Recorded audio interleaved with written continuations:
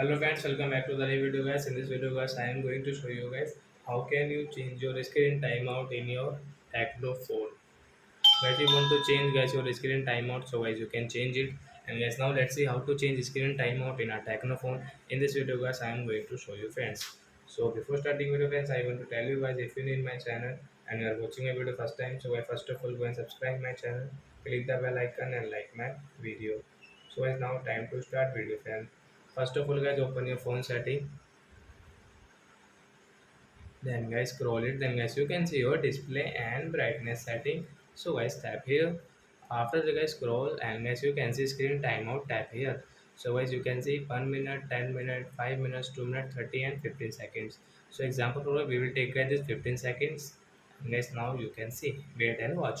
Guys after 15 seconds guys your phone is screen off automatic. Guys wait and watch.